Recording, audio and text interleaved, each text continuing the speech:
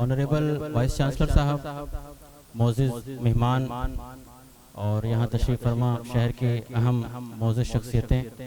आप सबकी खिदमत में सलाम अर्ज़ करता हूँ। अस्सलामु अलैकुम। मेरी पैदाइश यही बनारस की ही है, तो बनारस तो हमारे जिस मुजाम में रचा बसा हुआ है, यहाँ की कल्चर, यहाँ का कल्चर, यहाँ की तहज़ीब और यहाँ के रस्म व रिवाज, यहाँ की सारी चीज़ें जो है वो एक तरह से यहाँ की जो मुश्तरका तहज़ीब है उसको हम अपने अंदर समाये हुए हैं।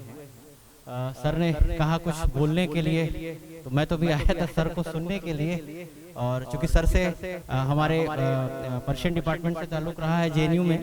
हम लोग उर्दू में थे तो सर को देखते सुनते रहे हैं, हालांकि कभी सुनने का मौका मिला है, कभी इंटरेक्शन इस तरह से नहीं हुआ। आज ये मौका बड़ा अच्छा था कि सर से हम इस्तिफ़ादा करते। सर मेरा ये है कि एक तो ये कि जो हमारी जो मौलाना आज़ाद यूनिवर्सिटी है उसका जो हमारा ये रीजनल सेंटर है और ख़ास तौर से अब तो कैंपस भी आ गया है, उसके हवाले से काम बहुत हो रहे हैं और बड़े मुस्बत रवैये के साथ हो रहे हैं। ख़ास तौर से जो बच्चे रेगुलर कोर्सेज में शामिल नहीं हो पा रहे हैं अपनी किसी मजबूरी के सबब से, उनको ये एक अच्छा मौका फराहम हो रहा है कि वो इस सब रीजनल सेंटर के साथ जुड़कर अपनी तालीम को जो है वो आगे बढ़ा सकते हैं। साथ ही साथ अब हाजी वसीम साहब का जो इदारा है अल हनीफ एजुकेशनल सेंटर,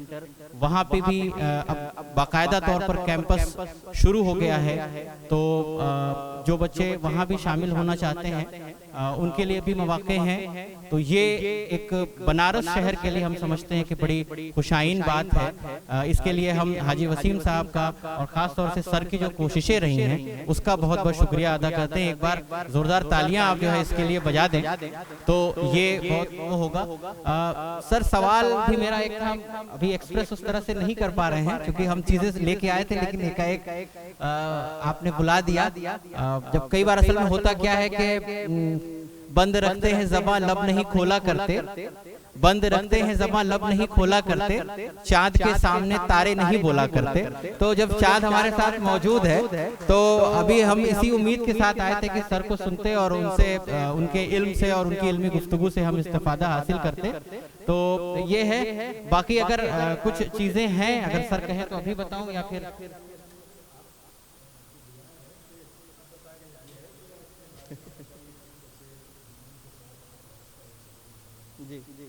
सर मेरा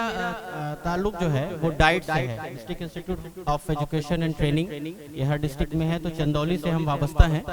हमारे यहाँ लगभग 100 से 150 उर्दू के टीचर्स हैं और हम ये चाहते हैं कि क्या कुछ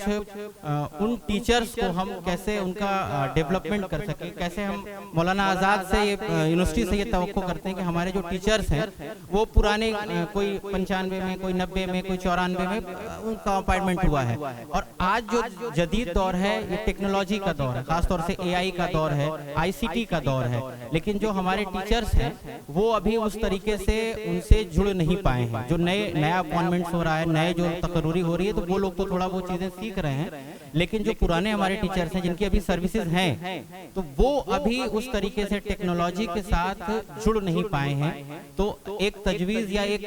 सिफारिश ये थी कि अगर मौलाना आज़ाद नेशनल उर्दू यूनिवर्सिटी या कुछ जो उसका सब रीजनल सेंटर है अगर इस तरफ भी कुछ तवज्जो करे, खास तौर से AI के हवाले से, AI की मदद से हमारा काम बहुत आसान हो जा रहा है, लेकिन हमको वाकफियत नहीं है, इसलिए हम उन चीज़ों से जो है नाबलद हैं और अपनी बिला वजह की कोशिशें उस तरफ कर रहे हैं। तो अगर इस तरफ थोड़ी सी तवज्जो हो, खास तौर से ट्रेनिंग के हवाले से कुछ वर्कशॉप इस तरह के अगर ऑर्गेनाइज कर सके मौलाना आज़ाद नेशनल उर्दू यूनिवर्सिटी, जहाँ पर हम टीचरों को, क्योंकि टीचर एक हमारे उसका एक रीढ़ की हड्डी है, और अगर उसको हम उसको स्किलफुल नहीं बनाएंगे तो फिर हम बच्चों को भी उस तरीके से आगे बढ़ने में दुश्वारी होगी। और ख़ास तौर से उर्दू के हवाले से अभी बनारस में बहुत मुस्बत रवैया नहीं है, लोग चीज़ें उस तरीके से कर रहे हैं, इस पर थोड़ा सा काम करने की ज़रूरत है। तो बहरहाल शमसुद्दीन साहब हैं हमारे दरमियान, इनसे मुलाकात हाल ही में हुई, लेकिन ये बड़ी कोशिशें कर रहे हैं खासतौर से बनारस और आसपास के इलाके में, तो ये काबिल मुबारकबाद है। और हम ये कोशिश करेंगे कि इनके साथ मिल के हम लोग खासतौर से मौलाना आज़ाद यूनिवर्सिटी के साथ और शमसुद्दीन साहब के जो रीजनल सेंटर है, इन सब के साथ मिलकर कुछ ऐसा काम करें कि जो आगे हमारे बच्चों के लिए और हमारे टीचर्स के लिए, खासतौर से हम टीचर्स की बात कर रहे हैं, टीचर्स के लिए वो डेवलपमेंट का काम करें और उनको स्किलफुल बनाने की तरफ जो है थोड़ा सा हम तवज्जो दें। जी, बहुत शुक्रिया।